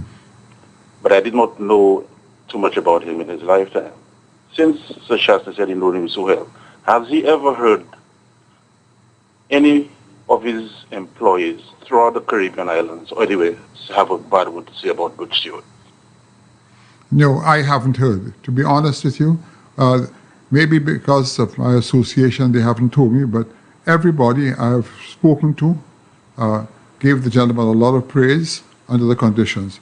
Can I ask you the question? Can I reverse the question? Have you heard? I haven't. So just testament to the man's character. Okay. And these are the kind of people, and I hope his son continues in that same vein. Yeah. You know, without cutting you short, one of the wonderful things about this guy, that guy was so humble. You know, sometimes he would come to St. Lucia and he wouldn't even call the manager of the hotel. He would call a particular employee and say, look at me, I'm coming in, I need to play dominoes with you all tonight. Okay? Wow. And he said, and one of the things there, he would bypass the manager of the hotel and get the facts of the hotel to make sure the guys are happy. Because what he's always told me, if you have an unhappy set of employees, you have an unhappy environment. I mean, this guy was really a genius. I have to say that. You know, someone was told me last night that they spoke to his son 2 nights ago, and he trained the son for the last, I think, about 40-something years of age, for 10 years. He said that man was not only a father. He said that man loved his family. He loved the Caribbean people. And I can tell you emphatically that is so. Yeah, I've even heard some stories of people in Jamaica saying that he built homes for some of his staff. That's right, Yeah. All right. Okay. All right. Thanks a lot. Let me pose that same question to you, Mr. Josie, because it is important to me, and I think a lot of solutions. All right, we have to take a call. Special good morning to you. Hello. Mr. Champagne Bastien. Yes, Mr. Bass. Good morning. Yeah, morning to Mr. Josie and Sir Mike. Morning, sir. I haven't seen you in person in a long while, Mr. Bastian. How are you? I want to meet both of you and Mr. Mike. But anyway, credit is not too much. Okay. You see that woman, personally, I know her in before. And she thinks she's robust. She can do anything or say anything. I remember speaking to the Prime Minister and the amount of things she has been saying about the Prime Minister on social media. I told the Prime Minister, it's time to make that woman respect him. Because this is the type of woman, even by Parliament, when the police say don't pass, I can hear in the background saying, can the police prevent me from passing there? It's time that they stop this woman. You don't think she's in love with the Prime Minister? Maybe. The Prime Minister is not in love with her. If I have to tell you things about her, it would not be good on the radio. Okay, don't say anything. This is what I want to say. But Mr. Josie and Mr. Mike, one day I hope I'll meet you all. You will, yes. Bastien, we have known... Mr. Mike and myself we were in the sea bathing in before. Bastien, the ex-inspector. I know. I'm saying I've known you long enough. You knew me in my political days when I was a very hot person. I am sure you can vouch for me not having broken the law at all. Yeah, I'm positive because I was. That's why I'm mostly working before. Right. Thank you. Did you ever had a chance to warn him, Brother Bass, at any time? Never. The only thing I didn't like when the Labour Party was creating havoc, I didn't like him to be there, but now he's not there. I'm happy. Okay. Well, maybe your prayers help God to get me out. Thank you. Yeah. All right. Have a good day, gentlemen. All right. Thanks. So now we have 2 more minutes into the program, but before I ask you about the developments, I always ask you what's happening. Let me go to Mr. Josie about the question asked. Okay. Well, can we take some more calls until? Yeah. Okay. Beautiful. Special good morning to you. Hello. Hello, good morning, Mr. Champagne. Good morning, sir. Moi, je certifier ça, mon bagage. Vous pouvez dire bonjour pour ces gens qui là moi. Bonjour, monsieur Chastanet. Bonjour. Bonjour, frère. Bonjour. Bonjour, frère.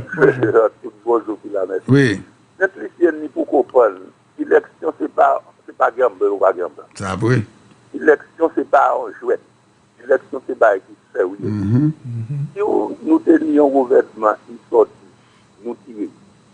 Nous avons pas chance pour nous mettre ça là, nous avons pas chance. Là, yo monde disons l'argent piqué, quantité de monde police, tout ça qualité du choix bagaille, yo vle ça, yo vle ça. Et compagnie l'argent, qui ça va faire? Après on est pour prêter. Ça oui. C'est pour prêter l'argent pour faire business là, les politiques même gouvernement qui en dit dans on pour dire c'est on bagaille comme business. Si on passe à payer mon les mois à tout dans. Ou pas ça faire business là. Pour qui quoi nous là? Ça vrai. Pour lâcher ton truck. On go on tête gros bagaille là en truck. Et qu'on pas l'argent, pas prêter on pour prêter pour acheter. Yo tout ça, c'est mauvais, yo pas qu'attendre, c'est parti à ni pour du bout. Pour ne pas qu'attendre ni pour du bout. Bon, pourquoi écoutez ça? Si vous avez un business, vous voulez acheter truck ça, et banque là pas qu'à prêter l'argent parce que vous savez ou pas qu'à servir l'argent bien, ou pas qu'à manager ou bien, ou pas qu'à travailler là bien. That's right. Il est plus mauvais passer si vous avez l'argent prêté, hein? That's right. Because actuellement, M. Chastanet, le Prime Minister, qui a joué l'argent prêté. Oui. Il est en bas gouvernement Dr. Kenny Anthony, côté pièce banque. Pièce banque pas de prêter Saint-Lucie l'argent. Yes. Vous comprenez ça, Nadia? So, toute manière, pays a tenu pour. Merci. Toute manière, pays a supposé descendre si pays a pas ça d'argent pour payer moun. OK? Yes. Merci. Bon, yo pas capable là, but maladie à pied. On se met à souci, mais I do no more.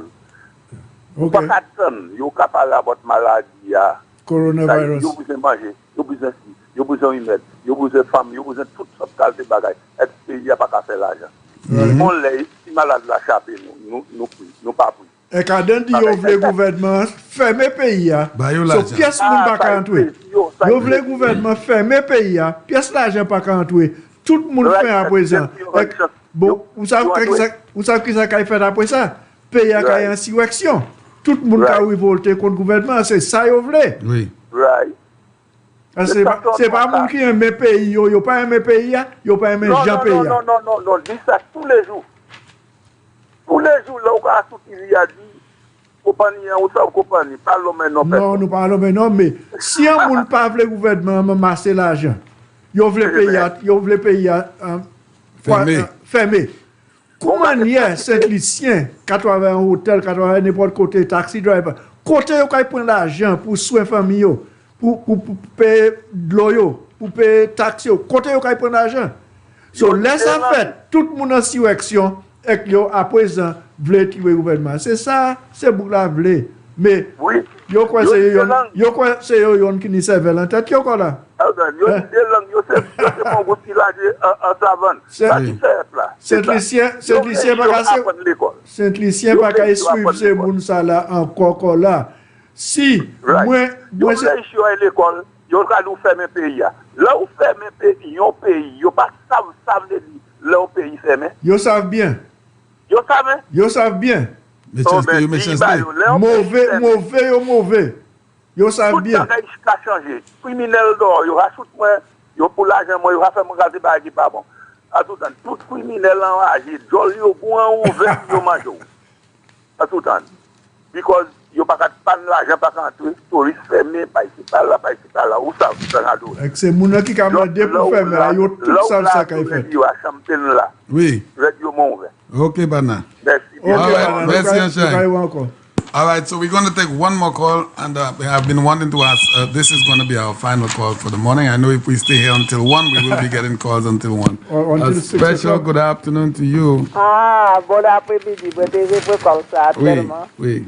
Oui, moi je dis bonjour pour Mr. Josie. Bon après-midi pour Mr. Josie. Bon après-midi, Doudou. And Happy New Year pour toute la famille. Happy New Year to you, my friend. Thank you. Mr. Alan Chastanet. Michael Chastanet. Oui. Happy New Year pour toute la famille. Thank you so much. Yeah.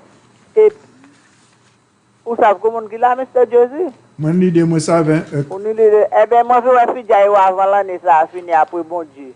Non, avant indépendant point. Avant indépendant point, moi, je reprends. Je vais écouter ça. Demain, on se fait, parce que nous avons vu mes programmes sur Channel 115. Vous pouvez PG sur TV demain, on se fait.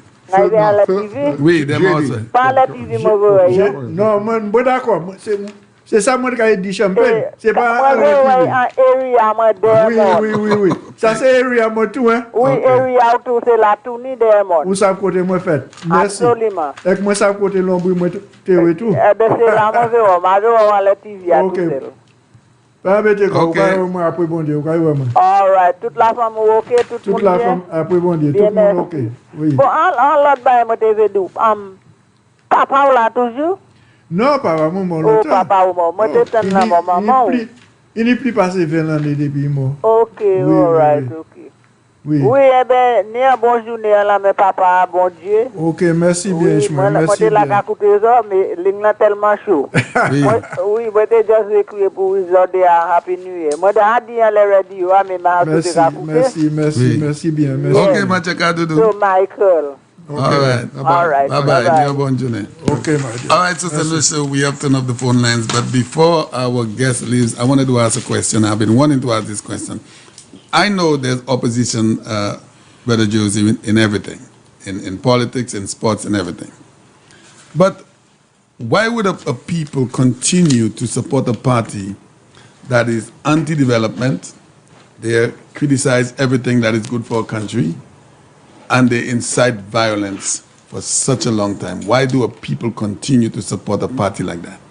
Because it's very difficult. First, they have their friends there. It becomes a family kind of belief. Yeah. And as I said, politics is like religion in that respect. You know, they believe, and sometimes they even raise the political leader to the status of almost, how they call it, a deity, like a god. Mm-hmm.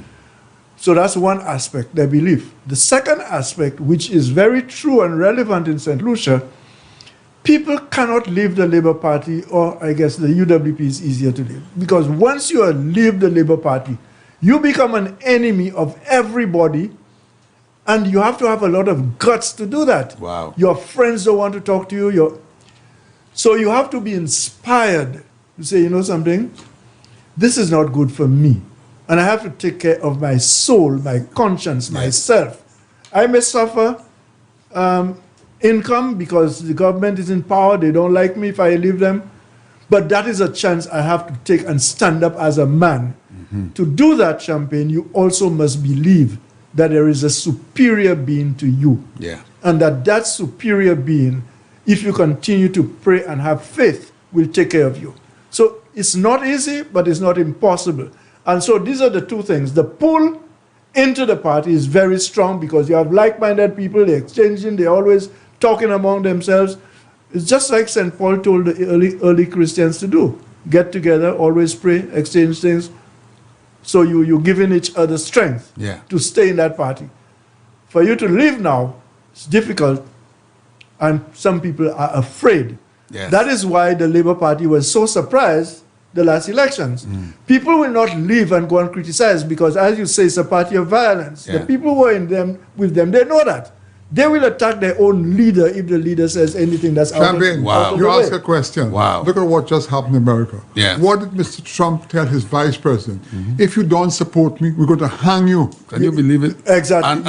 And the crowds continue to say that. Hang Pence, hang Pence. Hang Mike Pence. Hang Mike Pence. And that is it, Champagne. So people are afraid. You think Mike Pence is not afraid where he is there? Oh, he has to be. So I have been in the bowel of the beast, in the bosom of the beast.